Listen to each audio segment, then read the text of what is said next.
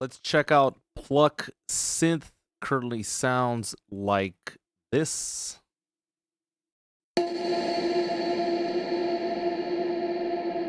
All right, so really epic. I'm not even gonna bother to pull up the EQ by Native Instruments, simply because number one, I threw it away a long time ago, but number two, these preamps EQ sound so much better. Now there's a couple of them in the family of Arturia. I'm just gonna post up the pre-1973 modeled after a Neve and just show you some of the possibilities here. One of the things I like to do just right away to kind of get a cleaner signal, obviously roll off at 300 hertz, but then because I lose information, a little bit of volume, a little bit of frequency, then I use a high shelf to kind of make up for it. And so we're just going to bring that up by 2 decibels. You'll notice that these channels are not linked right now, so we might want to do that. Let's see what this sounds like. So here's before. And introducing a little bit of analog warmth, here is after. Now you could increase the input gain to get this to react a little bit more. We could change the transformer type. Let's see what that sounds like. Again, bypassed.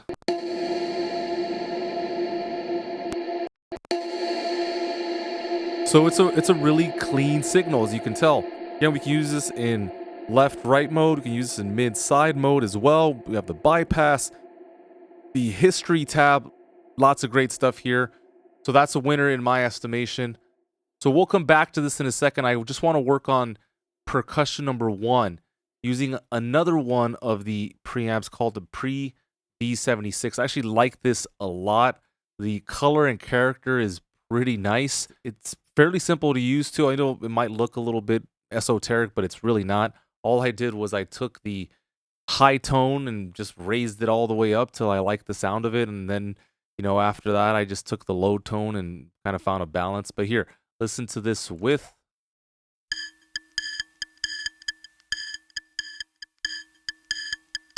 And without.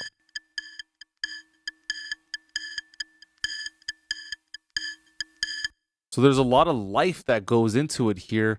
Let me just show you the high tone. Here's all the way down.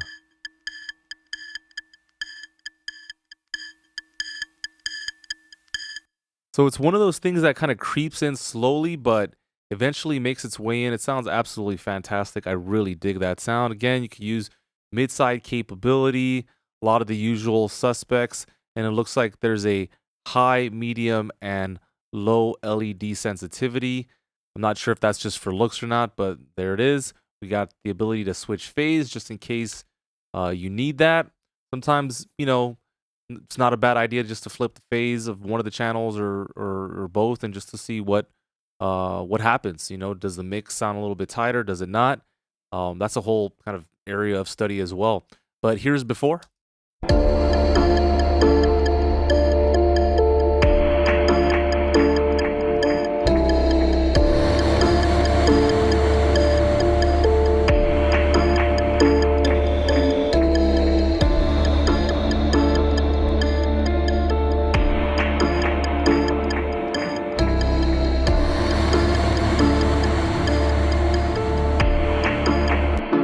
Overall, I really like that character. I think it sounds really authentic. It really enriches the sound, and I'm all about it. Let's see here. Let's go to Pluck Synth again. So we're coming back, but this time we're working with delay. Arturia offers 3 delays. I'm just going to use 2 here, and I'm particularly using these 2 because they just sound really, really awesome. But when we listen to the same source that we've been listening to, here's what we have with Memory Brigade. Check it out.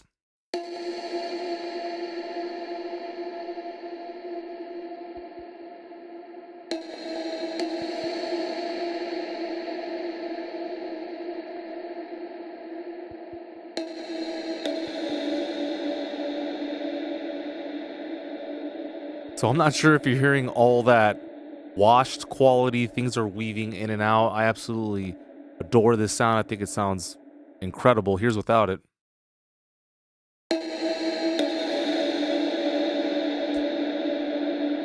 Again, still nice, just not particularly making an impression. So this to me has a great character to it. And then in a very different kind of way, Delay Eternity has some controls that I really dig, and you have ping pong capability, you know, moving the delay left and right. Take a listen to this.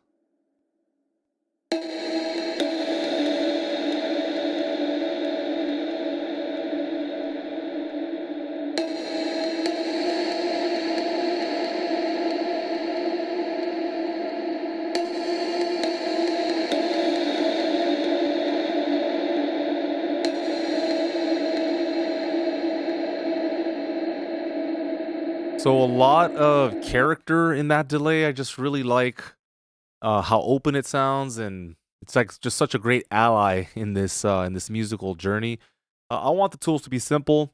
I want to be able to plug and play. You know, I want it to come out of the box, and I just want to move with it. You know, I've mentioned it before, but if it's too challenging, I'm not saying that everybody will fall, but I think a big percentage of a lot of individuals that have a lot of potential, you know, they just they're not willing to take it that extra mile. So I think the entry level to some of these tools um, should be a little bit easier. Not saying that the barrier to entry should be nothing. Of course, it it should cost something on top of the money that we're investing. If you really want it, you're willing to take the time. It's just I don't think it should take 2 weeks, 6 months, whatever. I think that we're at a place where the technology is affordable enough, and we've been doing this long enough where we can bring all of our collective knowledge together and really make this work. Replica XT by Native Instruments, phenomenal. It's actually really great, but it might be over the top. It might give too much color. I don't know. Let's see what you guys think. So let me solo this. One of the things I love about it is just how easy it is. I love the visual component. So I'm going to choose a dotted eighth note, so I could just choose that there. And this is not a resizable GUI. This one is not either. I'm just checking GUIs. I thought these I could resize though. Yeah, you could resize these. I'm not sure if you can. Does not look like it. Okay, so let's listen to just the dotted eighth.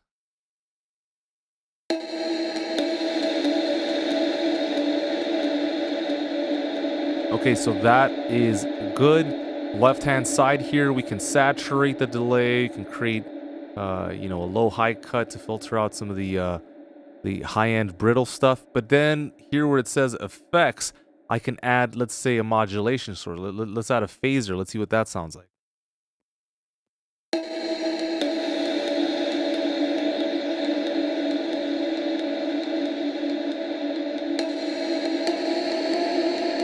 Okay, so that's adding a lot of that.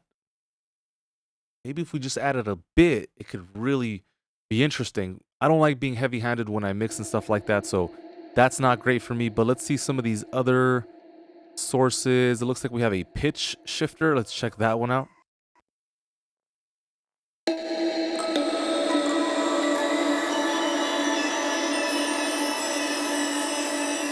So again, very cool, but also very out there. So I'm not sure the application there. I love tools and I love, gadgets, but at the end of the day, I need to have something that I could depend on and something that's easy to use.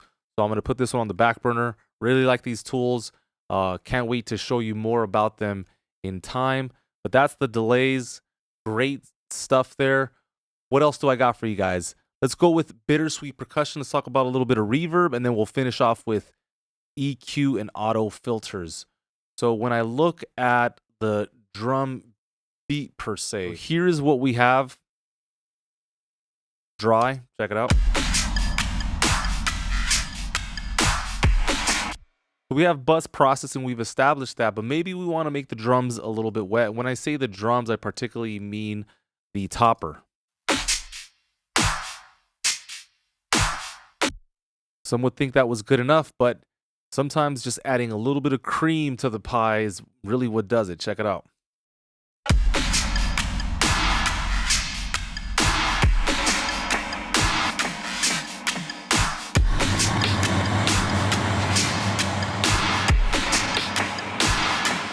So I love that I can control the width of the reverb.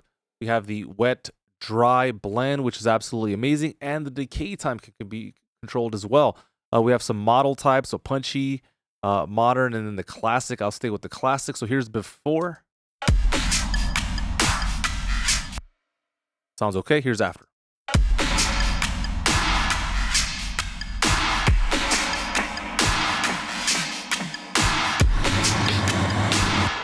I love it. Sounds absolutely mean. If you're going to go down the native instruments route, I believe they offer this in the top tier, but you'll get something like this. They also have another reverb called Raum, R-A-U-M, but I'll just use this one for right now. Let's play with this.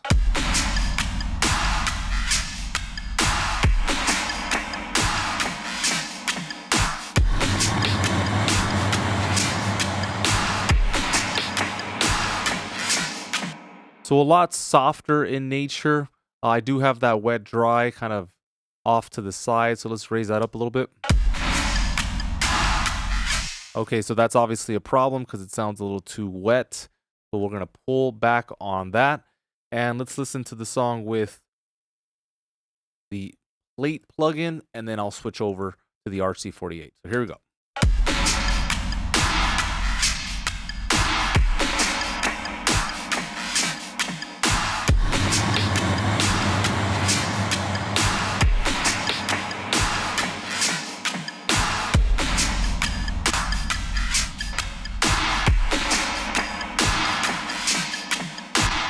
Yeah, a lot of character with both of those. I actually like the RC48. I love this play. I can't wait to use it on vocals and things like that. And we have different kinds of reverbs with both of these, so do check that out. I will say that the Arturia stuff is sounding really good. They also have a great spring reverb as well, and then a kind of hybrid reverb in intensity, which I will be covering sometime later. Okay, we're going to finish it off here, and we're going to talk about synth number 2. And I'm just applying a little bit of EQ, as I said before, and a little bit of auto filters. Now, Native Instruments doesn't have an auto filter per se, so we're not going to demo that. And again, I much favor Arturia's EQ. Again, Native Instruments has one EQ from what I remember, but I just like this one a lot better. So this is the one I'm going to demo for now. Sounds very nice, has a nice color to it. Let's take a listen. Here's before. And here is after.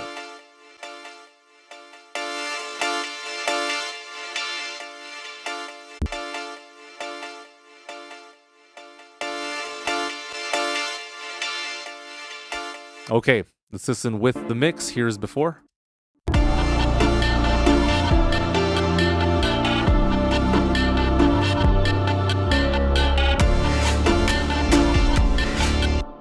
All right, let's turn on Citral. Here we go.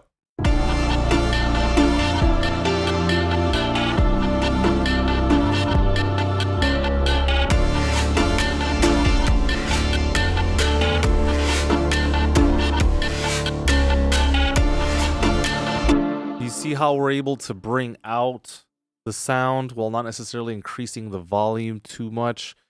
So all we're doing here is, if we look, we're creating a roll-off at 230. We're adding some warmth at 300, okay? And then here at 1.5, adding 4 decibels of frequency. Here on the right-hand side, it looks like we're adding, what is that? That's set to, 10K, 9 decibels. And so obviously this, we're adding a little bit here, a little bit there. And then I pulled back on the output in order to get some balance there. Now this is interesting. I've never seen an auto gain. So it says here, compensate, approximate the applied EQ curves to maintain equivalent perceived levels. So that's really interesting. I did have that off, but cool that there's an auto gain in an EQ. I've never even seen that feature. All right, you have a character knob that allows you to go from original to alternative. So EQs are amazing. I especially love the transparent ones that really, don't make too much of an imprint. But, here's the overall sound of everything we've done up until this point. Check it out.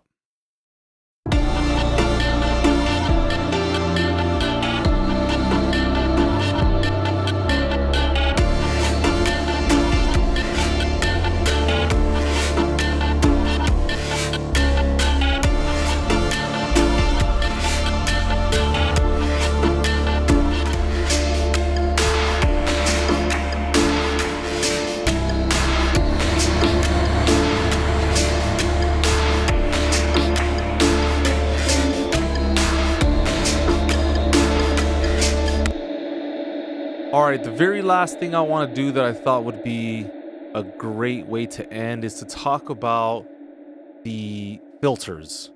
Now, Native Instruments doesn't have any of these filters, so it's not a fair game in that way, but it would be a disservice to not show you these filters. And this is again why I believe this is a stronger product for beginners and hobbyists, people that maybe don't want to spend a bunch of time reading a bunch of manuals, but they just want to kind of learn, make music, perhaps pitch their music and create a side business, whatever the case may be. Maybe you want to take it to the top, conquer the mountain. You're going to need tools. You're going to need things that make your life a little bit easier. And so I love filters and specifically auto filters for that reason. So I'm going to turn on filter M12 top left here and look at what happens to the signal. And I guess I should probably isolate it so you really know what we're listening for. Check it out.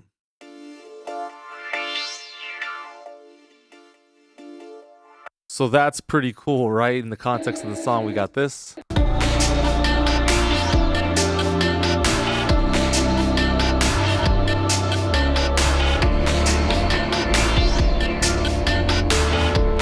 You gotta love that kind of stuff. That's like some of my favorite stuff. The filter SEM sounds like this. Now remember, before it sounds like this. What a phenomenal sound. All the magic that's happening in here. Looks like we have a VCF, an envelope controller, LFO. Let's hear that again.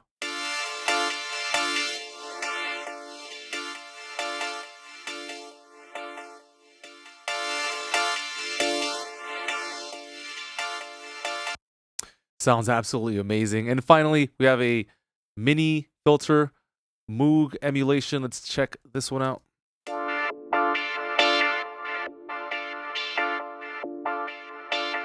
Okay, let's play this out with the Moog. Here we go.